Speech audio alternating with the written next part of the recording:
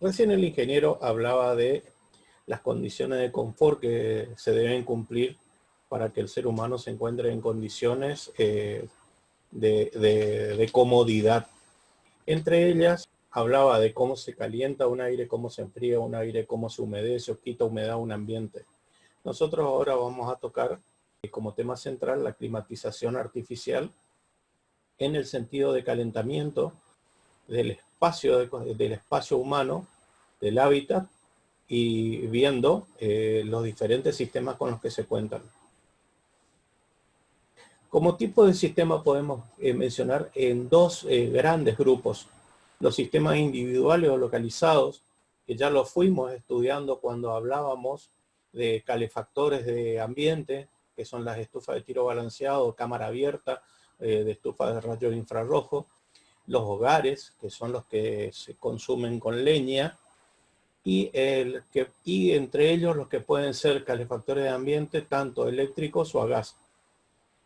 Lo que a nosotros nos toca ahora ver es un poco los sistemas colectivos, los sistemas que van a climatizar un edificio de gran tamaño, una vivienda grande, y analizar de acuerdo al tipo de sustancia calefactora con cuáles contamos.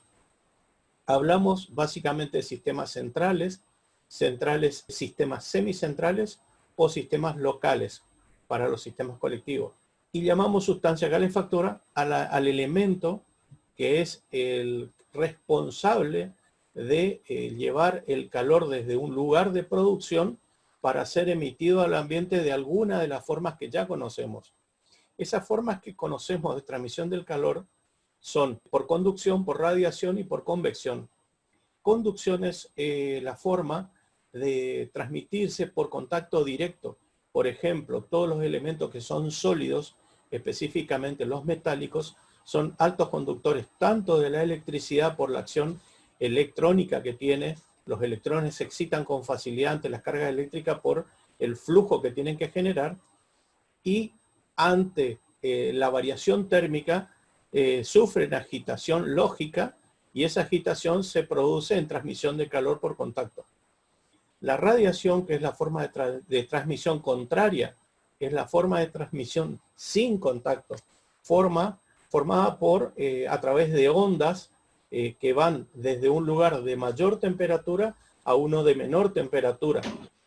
Y la convección, que es una forma de transmisión característica de los elementos fluidos. Esos elementos fluidos pueden ser gases o líquidos. Y la circulación está asociada al cambio de densidad que se produce por la elevación de la temperatura. Y ese movimiento que se genera en un espacio que desplaza la masa de aire caliente de abajo hacia arriba y empuja la masa fría de arriba hacia abajo por diferencia de densidad se llama corriente convectiva. Ya lo hemos mencionado, ahora lo vamos a ver aplicado a la climatización. En un ejemplo práctico vamos a decir que tenemos un emisor de calor, y ese emisor lo está haciendo en forma de radiación al ambiente, en todos los sentidos y en forma volumétrica.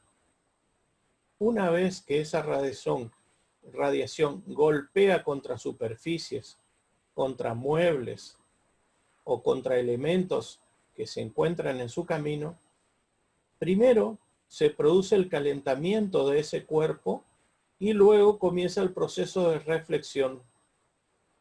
En el caso de que ese elemento sea una pared, comienza un proceso doble: el proceso de reflexión del calor hacia el ambiente y la conducción mediante la pérdida del calor generado internamente y que cede al exterior del ambiente calefaccionado.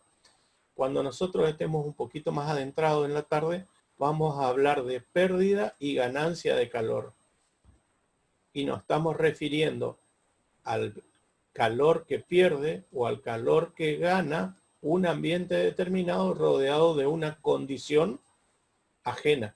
El paso siguiente, acabamos de ver la reflexión sin sin contacto y la conducción por contacto. Cuando se comienza a producir la climatización del ambiente, porque hay una reflexión de las ondas y una radiación desde el elemento emisor, se comienza a generar un volumen de aire caliente en la zona próxima al emisor y a la zona de reflexión, y un ambiente frío en la zona intermedia. Se comienza a generar un movimiento de masa por cambio de densidad del aire, y eso genera la corriente convectiva. Ahora, haciendo una analogía de esto que estamos viendo acá, con la analogía de, a ver, ¿quién se acuerda cuando poníamos una estufa de cámara abierta en un determinado lugar y hablábamos de la colocación de una toma de aire, suponiendo que esto de al exterior? En el caso contrario, para generar la corriente del ingreso, el calentamiento que produce, y generar esa corriente circulatoria del aire, que nosotros decíamos la corriente de renovación en aquel momento, y en este momento ya sabemos que esa corriente que se va a producir no solo es de renovación parcial del aire para la combustión, sino también la corriente convectiva que necesitamos que se genere para el calentamiento de la masa total del aire de la habitación. Tipos de sistema de acuerdo a la sustancia calefactora. De acuerdo al tipo de sustancia calefactora tenemos tres sistemas.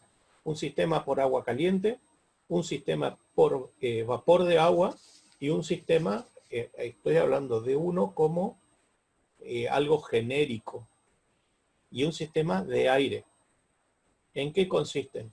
Los sistemas de calentamiento central, los sistemas de calefacción por sistema de agua caliente, consta de tres elementos centrales, 4 en realidad, pero 3 son los importantes. La caldera, que es la generadora de la temperatura sobre la sustancia calefactora que es el agua. Los intercambiadores, que en principio los vamos a llamar intercambiadores y ahora más adelante le vamos a poner un nombre puntual. Las cañerías, que son las encargadas de conducir el agua caliente a lo largo de toda la instalación y distribuirla en los intercambiadores para que en el intercambiador se produzca el calentamiento del ambiente, cediendo calor el agua y enfriándose para volver a la caldera y comenzar su retorno. Las cañerías son el tercer tema, el tercer elemento importante a tener en cuenta. Y un anexo que puede estar en la caldera o puede estar en forma externa, que es un lugar donde nosotros necesitamos que el agua pueda expandirse libremente de tal manera de que no accione esa presión interna hidráulica por variación de temperatura a la cañería. Imagínense que en este lugar, olvídense del tanque de expansión arriba, que es de lo que estamos hablando, y que yo no tuviera dónde expandir el volumen que se me produce al calentarse el agua. La cañería en algún lugar podría fisurarse. Entonces ese aumento de volumen lo asume dentro del tanque de expansión, que es un tanque conectado con la atmósfera, que ahora lo vamos a ver en detalle, o en un vaso de expansión que está dentro de la caldera y que vamos a ver en detalle más adelante. Volviendo al punto, mencionamos la caldera, el elemento que calienta la sustancia que sube por las cañerías, en este caso es de distribución superior, y llega a un punto de intercambio con el lugar. Ese punto de intercambio lo hacemos, en el caso de agua, del sistema por agua, mediante los radiadores. Acá vemos a la derecha un radiador. ¿Qué es un radiador? Es un elemento metálico compuesto por distintas columnas, con distintas planchas, dentro de las cuales circula el agua caliente, cediendo su calor al medio ambiente. La regulación del radiador no se hace por medio de un termostato o algo que regule la temperatura. Lo que nosotros regulamos es la cantidad de agua que queremos que pase. Cuanto abrimos más la llave, si la llave está abierta al máximo, tenemos la máxima circulación de agua, tenemos la máxima posibilidad de entrega de calor al ambiente. lo que va a permitir que el ambiente se caliente más rápido. En el caso de que la llave esté cerrada, el paso es más lento, se hace la cesión de calor en una forma más lenta porque el agua se enfría más rápido. Para que ustedes vean el rendimiento de un sistema central por agua caliente, me otorga 25 kilocalorías por litro de agua que se calienta. Cuando sale de la caldera, la temperatura del agua sale a 80 grados y cuando regresa a 50 grados. O sea, perdió 25 grados de temperatura, que es 1 grado por cada litro de agua que perdió. Son 25 kilocalorías por litro en total. Los materiales. Como este es un sistema que debe permanecer lleno de agua, la cañería se hace de hierro negro y es el contacto con la atmósfera o el aire que puede entrar o el oxígeno está dado en el tanque de expansión. La cañería permanece llena y entonces no hay el riesgo de corrosión o de incrustaciones mínimo. El material de los radiadores también es de hierro, pero en este caso de hierro fundido. Cuando hablábamos de agua, el tema de el aire que queda entrampado. En el caso del radiador, que tiene que tener un ingreso y una salida de aire, tiene una válvula que es una trampa de aire, que permite que cuando entra en servicio el sistema, las burbujas que se puedan generar se vayan escapando, tanto el aire como las burbujas que se generan por esa trampa de burbujas, para asegurar que trabaje a sección llena y completa. Así como tenemos el sistema de distribución vertical, se pueden hacer sistemas de distribución horizontales en viviendas que lo que va a necesitar en ese caso, si las longitudes son muy grandes y para que no pierda rendimiento el sistema, se le agrega una bomba que lo que hace es genera la aceleración del proceso de termosifón que se produce en la circulación. ¿A qué se refiere con el circuito, con el concepto de termosifón? Si yo estoy poniendo agua caliente por este lado, el agua caliente tiene menor densidad y va a empujar al agua fría que está por este lado y va a generar la circulación por diferencia de temperatura. A esa circulación por diferencia de temperatura la llamamos termosifón. ¿Venimos bien hasta acá? ¿Alguna pregunta? ¿Alguien que le quede algo colgado?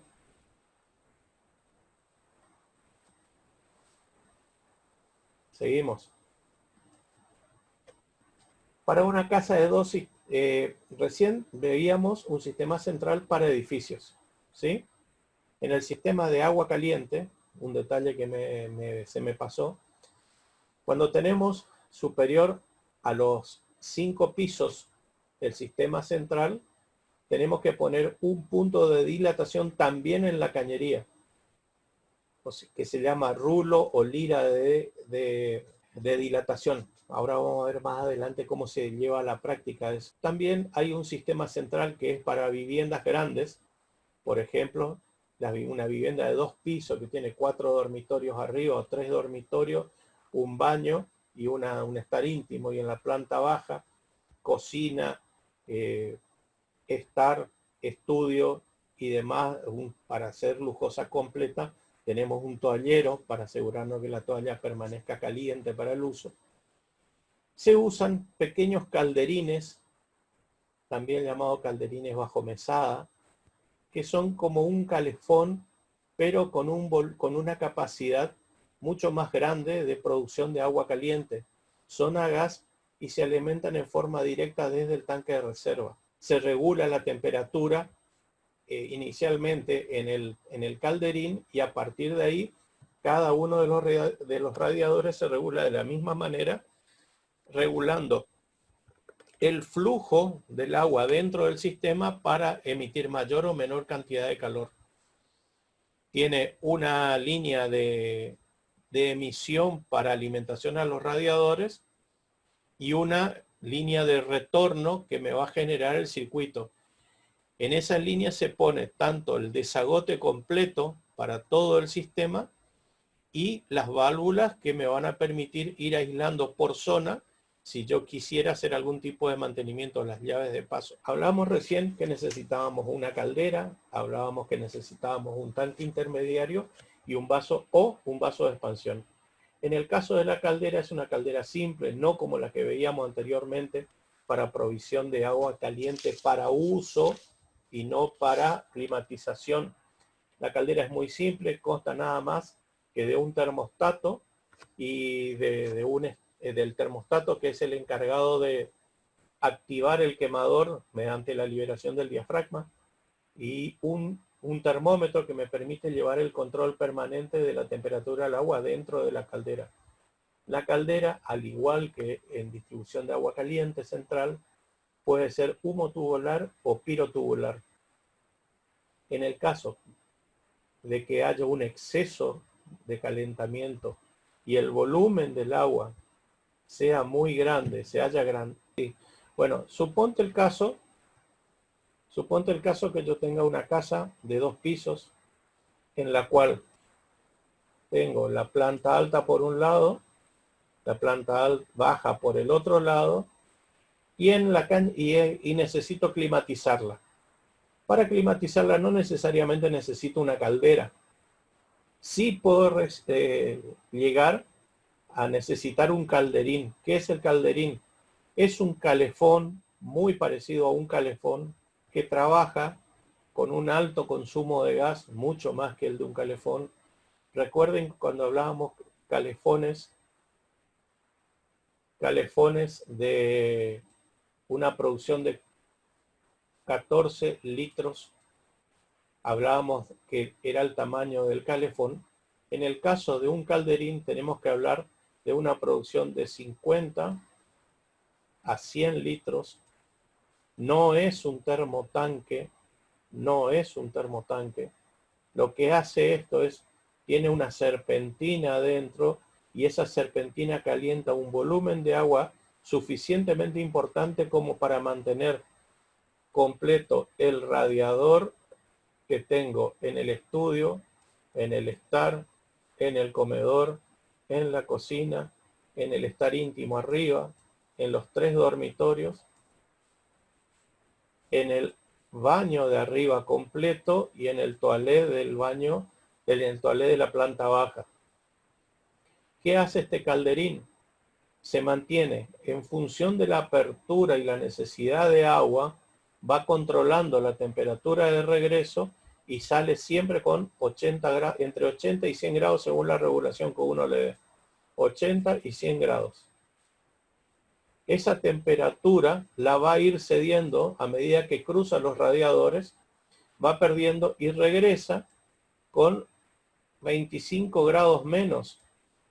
Va a regresar con 55 si está a 80 y va a regresar con 75 si largaste exageradamente a 100. Digamos que a 100 es un punto en el cual el agua comienza a ebullir y me genera vapores, lo que va a hacer que yo ponga a menos 95 grados para darme un margen. Exacto. ¿Se entiende? Sí se puede poner a 100, pero voy a tener que tener la previsión de que la generación de vapores sea evacuada lo más rápidamente. ¿Se entiende? Porque me va a generar sobrepresiones y acá no estoy hablando de un edificio en el cual yo puedo llevar un caño o sea, tengo un colector de vapor de todos los radiadores. Acá tengo otro sistema. Para el caso de, para explicar un poco cómo funciona el tanque de expansión. El tanque de expansión va a recibir por la cañería de alimentación el exceso del agua caliente. Cuando el agua caliente toma volumen, va a ir subiendo hasta un determinado momento en el cual comienza a volcar al tanque de expansión el agua caliente. Yo en el tanque voy a tener un volumen mínimo alimentado directamente desde el tanque de reserva, que es lo que a mí me va a garantizar, que mi sistema permanezca siempre con agua. Cada vez que yo pierda agua por exceso de vapores, porque el agua caliente acá va a estar emitiendo vapores y va a estar en contacto con la atmósfera a través de este caño de desborde. Si el volumen del agua llegara a un extremo tal que pudiera llegar hasta este punto, se va a producir el desborde y no se va a producir una sobrepresión dentro de la cañería. En el caso de que tenga vapores, esos vapores también van a escapar por este lugar, ¿sí? ¿Se entiende? Y por esta boquilla que se encuentra en este lugar, tenemos el retorno del agua para la alimentación del sistema. ¿Se entendió?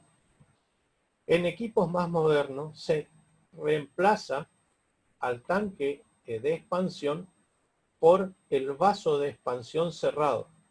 El vaso de expansión cerrado, como bien lo dice su nombre, es una cámara que tiene dos compartimientos. Un compartimiento en el cual se encuentra aire o nitrógeno en condiciones gaseosas, tal que el nitrógeno, al ser altamente compresible y al estar en contacto el vaso con la red de agua caliente que sale desde la caldera para el servicio, cuando el agua comienza a tomar volumen, a tomar calor, aumenta su volumen y comienza a comprimir el nitrógeno, como en el caso 2. Cuando la temperatura es muy alta, el nitrógeno es altamente comprimido, o el aire, y el agua compensa su mayoración de volumen en esta cámara que está en contacto. O sea, tiene una gran capacidad. Tenemos a la vista un sistema humotubular. Tenemos la cámara de quema. Estas son calderas grandes. Esta es una caldera a fuel oil de una planta textil de acá de Corrientes. Vamos a otro de la sustancia calefactora. Tenemos la sustancia calefactora ahora es el vapor de agua. El vapor de agua, a diferencia del agua, entrega por litro 540 kilocalorías, lo que quiere decir que está entregando casi 22 veces más calor en el momento de la conversión del vapor de agua en agua líquida. ¿Qué quiere decir? Nos valemos de un cambio físico del agua y que me produce una sesión más importante. En el caso del agua, la sesión era a través de un calor sensible, en el cual el líquido que viene a una temperatura sale líquido a una temperatura menor, o cediendo calor sin cambiar de estado. En el caso del sistema central por vapor de agua, nosotros necesitamos de ese cambio de estado del vapor de agua al agua líquida para producir una cesión de calor por un cambio por calor latente de la condición de vapor de agua a agua líquida. 540 kilocalorías por litro de agua que se forma.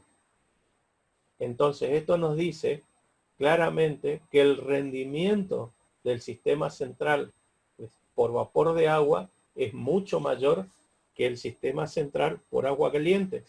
Pero, así como tiene beneficios, tiene contras. Y ahora vamos a ver cuáles son las diferencias. Para el sistema de distribución inferior, el vapor de agua sale de una caldera de media presión de 0,03 atmósferas o 0,03 kilos por centímetros cuadrados, equivalente a una columna de 30 centímetros de agua. Ese vapor recorre en forma ascendente, pasando por una columna seca, porque es el vapor el que está subiendo, haciendo el intercambio de calor, cediéndolo al ambiente y convirtiéndose en agua y bajando por una columna húmeda que va a retornar por un lado a la caldera Por otro lado, en contacto con la atmósfera para evitar las sobrepresiones y para eliminar el vapor residual. O sea, tiene dos funciones. Primero, poner en contacto con la atmósfera para que no haya sobrepresiones. Y segundo, para eliminar el valor residual. Para el sistema de distribución superior, ¿cuál es la diferencia básica entre uno y otro? El costo. El costo entre una de distribución inferior y una distribución superior es mayor porque tiene más recorrido de caños. El vapor sube por un conducto seco central y se distribuye hacia en dos colectores que son los que van a alimentar en forma seca a cada uno de los radiadores, donde se hace la transformación y retorna por el retorno húmedo el agua a la caldera. Este sistema requiere necesariamente de un sifón donde se van a producir las condensaciones del resto de vapor que no terminó su ciclo en la sesión. Es decir, vapor que no se cede es arrastrada por el agua y todo el vapor que se condensa en la cañería viene a parar al sifón. El vapor que no se condensó sale al exterior por la ventilación. ¿Qué me permite ese sifón? Garantizar tener una carga mínima del agua cuando el sistema está fuera de servicio. Fíjense, esta línea inferior es la línea del sistema de agua fuera de servicio y que a mí me va a asegurar que todos los caños donde se calientan, si fuera agua tubular, o todos los quemadores, si fuera humo tubular, estuvieran debajo del nivel del agua para el momento de la puesta en servicio. ¿Por qué razón? Para evitar que al ponerse en servicio se quemen. Si esto estuviera sin agua, si esta caldera estuviera sin agua y se comenzara a poner en servicio, los quemadores que estén fuera del agua o los caños que estén fuera, que estuvieran sin agua porque están fuera del nivel de fuera de servicio, se quemarían y se deterioraría la caldera. Cuando entra en servicio, el volumen de agua alcanza el nivel superior por arriba del nivel de servicio de la caldera y me va a tener que dar un margen de 45 centímetros entre el desvío y la generación del sifón. ¿Se entiende eso? Los 30 centímetros son debido a la presión a la que trabaja la caldera de baja presión y los 45 centímetros son las necesarias para generar un desvío, la distancia mínima al desvío del colector del agua caliente que entra a la caldera. ¿Se entiende? Hay un sistema extra también que es por sistema de vapor, que es el sistema monotubular. En el sistema monotubular, la caldera que genera el vapor manda el vapor por la misma cañería de retorno, fíjense que hace una vuelta y baja, escurriendo el agua condensada después de haber cedido el calor y haberse pasado del vapor al agua, va a correr por las paredes y el vapor sube por el centro del caño. Lo que nos genera esto es tener una cañería de mayor diámetro que en el caso de los sistemas de doble cañería. Vamos a los elementos intercambiadores puntuales. Radiadores. Ingeniero, disculpe, antes de que siga avanzando, en el proceso anterior, ¿cómo se garantiza que lo condensado, digamos, vuelva a la caldera y no se llene la parte del sifón, es decir, que se mantengan esos 45 centímetros? Eso lo regulado el sifón tiene llave de vaciado. Si vos ves que estás produciendo, mirá, si el sistema tiene mucha agua, quiere decir que la alimentación que vos recibís que vos estás recibiendo desde el tanque, porque vos tenés que asegurar que esto tenga siempre un buen servicio. Sí, bien, Sergio, tiene razón. Sergio dice se purga. ¿Qué quiere decir se purga? Quiere decir que cuando el agua, de hecho que por acá viene agua, o sea que esté un poquito más alto no te importa. Lo que sí es importante es que este nivel de agua que el sifón genera no te supere el punto de, o sea, no llegue a cubrirte la columna húmeda. La idea es que esto tenga una circulación de agua, no que se acumule el agua. Vacío el sifón y listo. Hago un mantenimiento. ¿Se entiende? Gracias. Sí, sí. Quedan 4 minutos, así que vamos a ver si terminamos esto. Es muy poquito lo que falta. Nos falta un sistema, una sustancia calefactora que es el aire. Vamos a tratar de llegar hasta ese punto. Los elementos intercambiadores son los radiadores y los convectores. La diferencia entre uno y otro.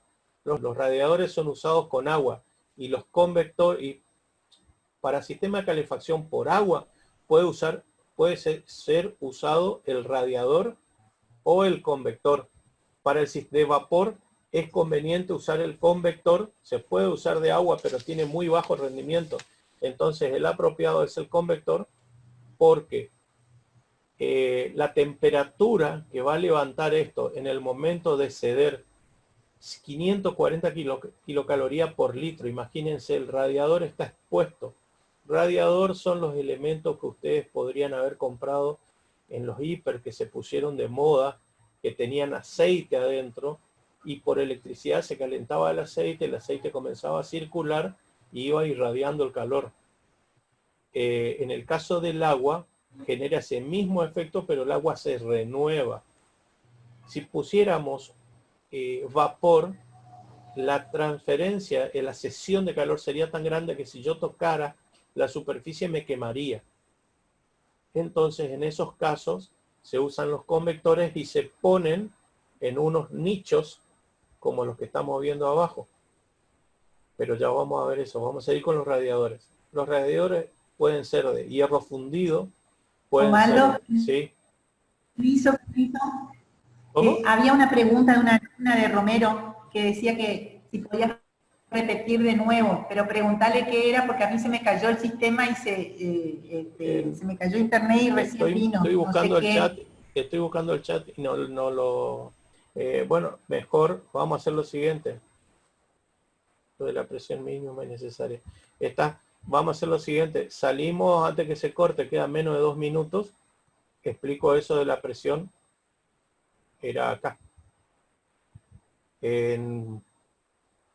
Vos me estás hablando de, bueno, supongo, entiendo, Lorena, que es lo de la presión de la caldera, ¿no es cierto? La caldera de baja presión, como ya lo habíamos visto en agua, son calderas que trabajan a 0,03 atmósfera de presión o 0,03 kilogramos por centímetro cuadrado, o lo que es lo mismo, 30 centímetros de agua.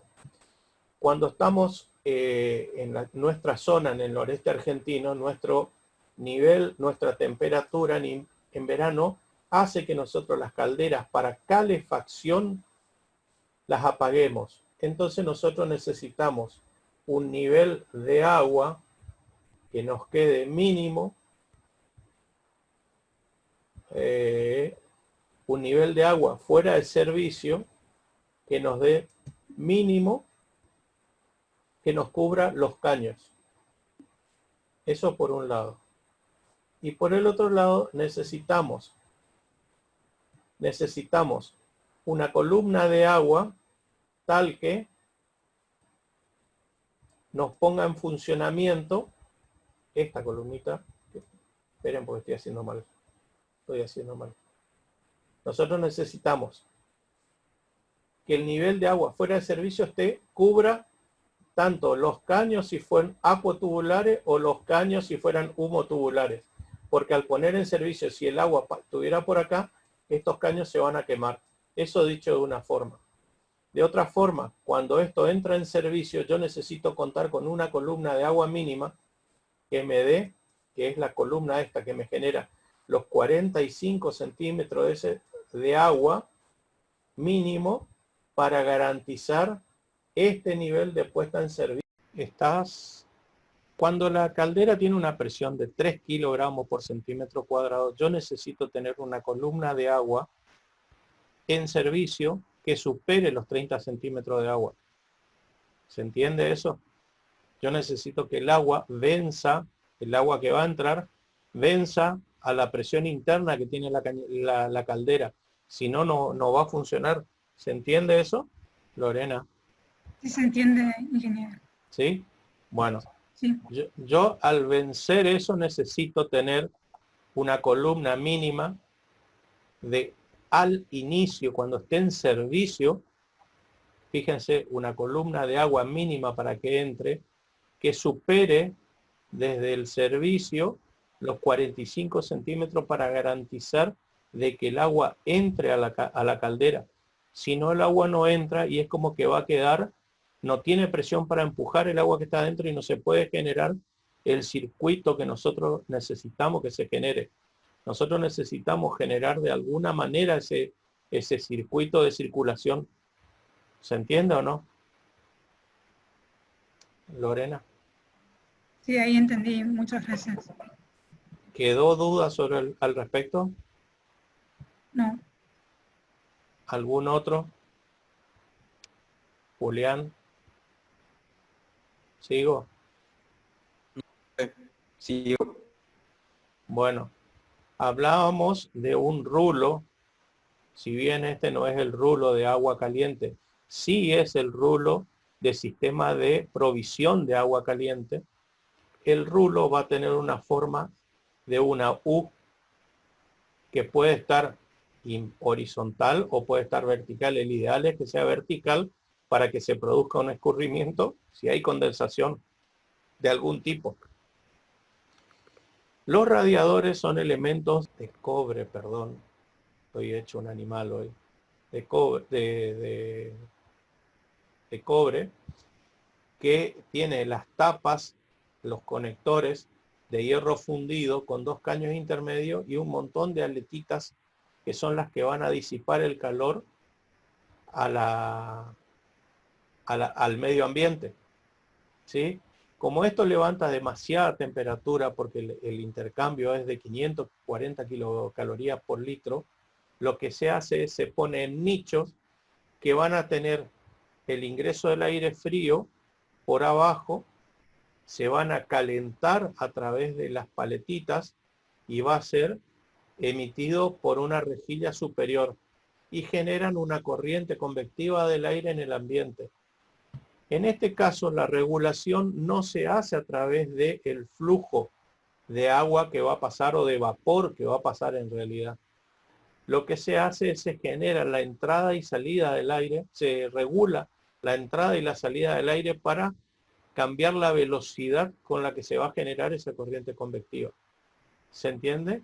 Entonces, el radiador va a calentar el ambiente por irradiación, calentando también la superficie, y el convector va a generar corrientes convectivas que lo que van a generar el calor, van a producir el confort en el ambiente. ¿Se entiende eso?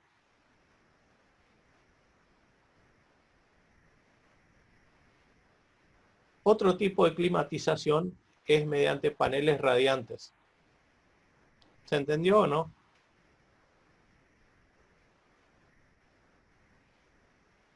Listo. sí. El sistema de paneles radiantes es muy similar al sistema de radiadores. Se hace con agua caliente, no se hace con vapor, porque imagínense en un sistema como este es un caso eléctrico, un sistema eléctrico, pero imagínense que por acá corriera vapor y esté entregando 540 kilocalorías por litro de agua que se va convirtiendo de vapor que se convierte en agua. Para caminar ustedes acá tendrían que caminar con zapatos altos, con zancos, para no quemarse. Entonces, ¿qué se hace? Lo que se hace es, se usan paneles radiantes con agua caliente y el agua que maneja tiene que ser controlada de tal manera de que entregue en este lugar una temperatura no superior a los 29 grados para evitar la sensación de que el piso quema o la sensación de pies calientes, como dice en el apunte que ustedes pueden leer.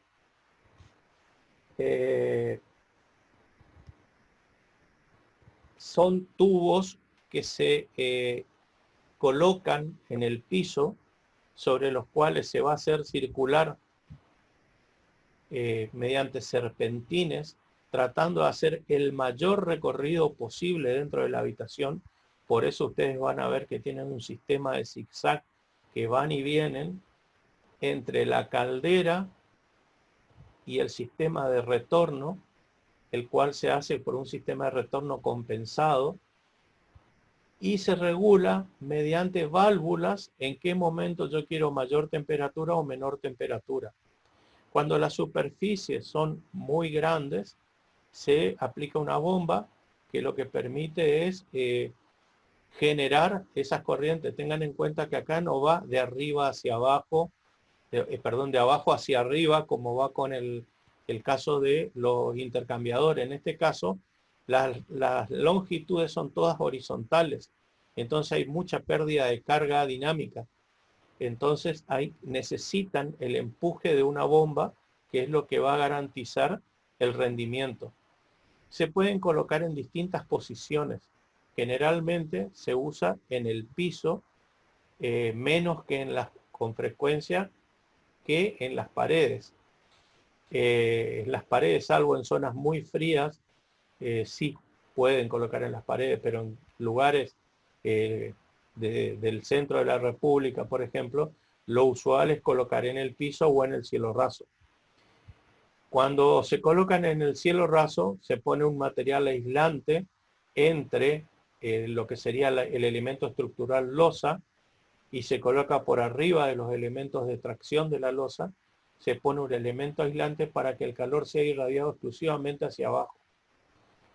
Cuando van, se puede hacer en modo colgado, suspendido entre cielo raso y losa. En ese caso se usan elementos de cuelgue y se dejan los serpentines zigzagueantes en la cámara, que es la que va a producir la irradiación del calor. Y en el caso de poner un piso irradiante, el piso, la cañería la vamos a poner en el contrapiso y el aislante térmico lo ponemos debajo para no irradiar hacia abajo al vecino, sino para arriba, irradiar hacia nuestro consumo. ¿Se entiende? Si tuviéramos como sustancia refrigerante el aire, vamos a tener que tener una caldera que me va a emitir mediante calor, mediante agua caliente, y en un lugar tendremos una cámara que va a recibir el aire del ambiente que a mí me interesa calefaccionar, lo vamos a recircular mediante la utilización de forzadores, que son ventiladores tanto helicoidales como centrífugos, y volvemos a meter ese aire acondicionado al ambiente por otras rejillas. En determinados lugares necesitamos que ese aire sea tratado mediante purificación y mediante una adición de aire exterior para tener una renovación. Entonces, eso se produce en una cámara de mezcla. Estamos hablando del gráfico que tenemos en el apunte, y ese aire renovado es filtrado y pasado al ambiente. El sistema de aire central, el sistema central de calefacción por aire, se hace pasar el aire puede ser por resistencias eléctricas o por quemadores de gas. En ninguno de los dos casos tiene un contacto pleno con el aire que a mí me interesa introducir al ambiente. Tiene un contacto indirecto y está separado para evitar la quema del polvillo y que ese polvillo recircula hacia adentro del ambiente. Fíjense, acá tenemos un esquema muy somero. Las rejillas que van a traer el aire al ambiente pueden colocarse en la pared, en el piso o en el cielo raso. Lo más común en nuestra región y para los ambientes que nosotros manejamos habitualmente, vivienda, oficinas, las rejillas de de calefacción o de refrigeración vienen colocadas en los cielos rasos. En zonas frías, en zonas, por ejemplo, centros de cómputo o laboratorios, las rejillas pueden ir colocadas en el piso, pero porque en ese tipo de ambiente hay otro tipo de control del acceso, lo que evita que nosotros arrastremos polvo y partículas que vayan a obstruir el sistema.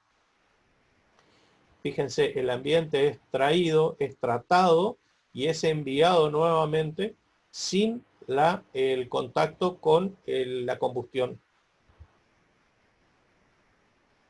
Los tipos de ventiladores los habrán visto en los acondicionadores de aire de pared y demás, o en las mismas plantas, en algunos talleres, van a ver este tipo de ventiladores que son helicoidales de alto rendimiento, y los centrífugos, que son los que toman el aire por un lugar y lo expulsan en forma tangencial a su giro.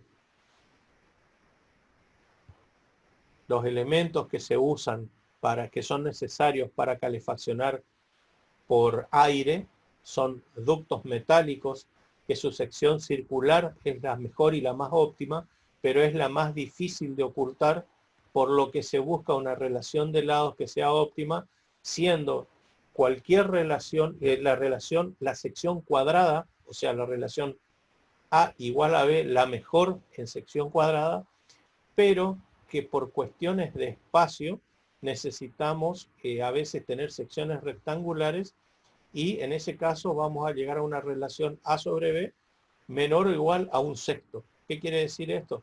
Que no podemos tener una sección tan chata respecto de la altura, respecto del ancho, ¿sí? Tenemos que siempre aproximarnos a secciones cuadradas en lo posible. Los radios de curvatura, cuando esto se hace, la distribución, tienen que ser amplios, porque si no perderíamos la carga inercial del aire, y después de 3 o 4 desvíos, las rejillas no van a tener el rendimiento deseado, no va a salir el aire, y es probable que hasta sientan esa sensación de asfixia. Las desviaciones para ir derivando a los distintos ambientes se va produciendo por desvíos con cambio de sección, porque hay una disminución en el caudal. Entonces generamos el desvío necesario por cambio de sección. Las formas que se van a adoptar son de acuerdo a las necesidades de distribución del aire. Si nosotros tenemos que disiparlo en una forma más amplia, lo vamos a hacer mediante una rejilla plana. Si lo necesitamos más direccionado, con una rejilla con la forma que nosotros deseamos. Estos trabajan como deflectores. Van a enviar el aire hacia la dirección que a nosotros nos interesa. ¿Se entiende hasta acá?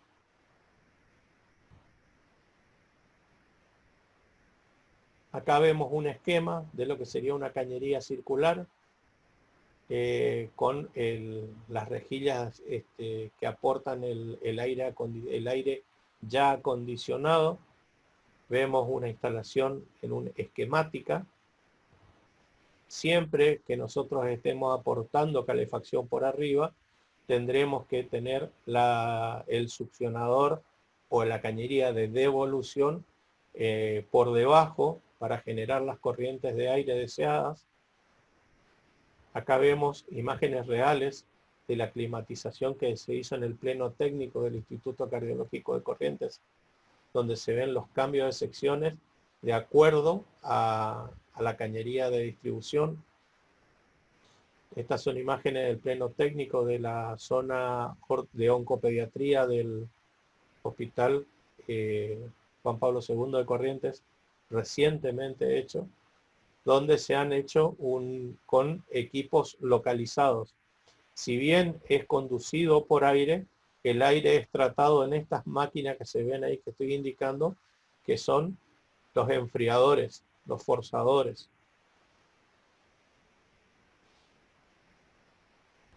Esto obviamente está mal, una cañería de sección con las secciones acordes y para evitar un caño hacen semejante desvío. Evidentemente acá vamos a tener una carga, una pérdida de carga terrible que va a disminuir en forma importante el rendimiento de este equipo. Bueno, hasta aquí tenemos climatización por sistema central por agua, vapor de agua y aire. ¿Hay alguna consulta sobre esto en particular? Necesito que ustedes hablen para poder saber.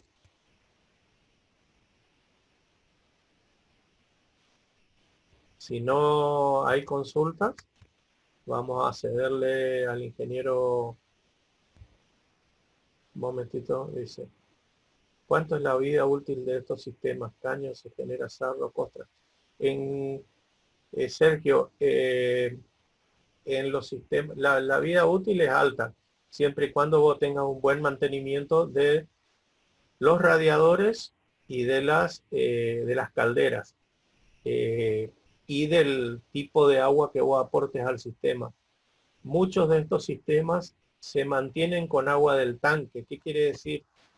Que hay una derivación, todos, inclusive el piso radiante, todos tienen una conexión con el tanque de reserva, lo que quiere decir que cada vez que yo limpio el tanque de reserva, sería conveniente hacer una purga completa del sistema. Eso me puede llegar a hacer perder no más de 500, 600 litros y yo me garantizo con eso que mi sistema siempre está en óptimas condiciones. Cuanto más al sur te vayas, más sarro vas a encontrar en el agua y cuanto más sobre la costa del océano, del mar lo hagas, más dura es el agua y tiene más sal y más sarro. O sea, eso va a depender mucho del lugar del país donde vos hagas, lo que te va a implicar también armar tu propio esquema de mantenimiento de la instalación. Para todos los casos, para todos, siempre con un buen mantenimiento uno garantiza el funcionamiento de cualquier instalación. Por ejemplo, ustedes hacen el cálculo de una estructura y ustedes, según el reglamento SITSOC, dicen que ustedes están teniendo la previsión de una vida útil de 50 años, lo cual no quiere decir que pasado el año 51 tengan que demoler porque no sirve más. Quiere decir que se garantiza que va a durar 50 años sin intervenciones importantes. A partir de ese momento ustedes van a tener en cuenta que pueden aparecer intervenciones importantes. Eso mismo pasa en las instalaciones eléctricas, de agua, cloacales, sanitarias, de calefaccionamiento, de todos. Si ustedes tienen un buen tratamiento, mantenimiento periódico de las instalaciones van a andar en condiciones óptimas siempre. Entonces es fundamental el mantenimiento. ¿Quedó claro? ¿Quedó claro? Perfecto. Perfecto, entonces. Ingeniero Maidana, ¿está en línea? Alfredo. Cristian. Alicia. Alicia del MAS. Sí, estoy. No podía desarticular, no podía poner el micrófono. ¿Quiere acotar algo a la clase o le damos el paso a Alfredo? Vamos a darles un recreito de 15 minutos, 6:15 que arranquen, entonces le damos tiempo a Alfredo que se conecten. ¿Están de acuerdo? Por favor, participen. Sí, profe. Hay preguntas del chat. No quedó ni una pregunta. Ah, bueno, ya está todo. Una pregunta más, dice Sebastián. Sí, Sergio, decime. Decime mientras, dale.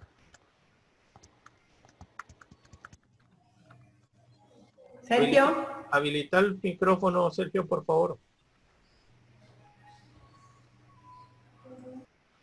Sergio.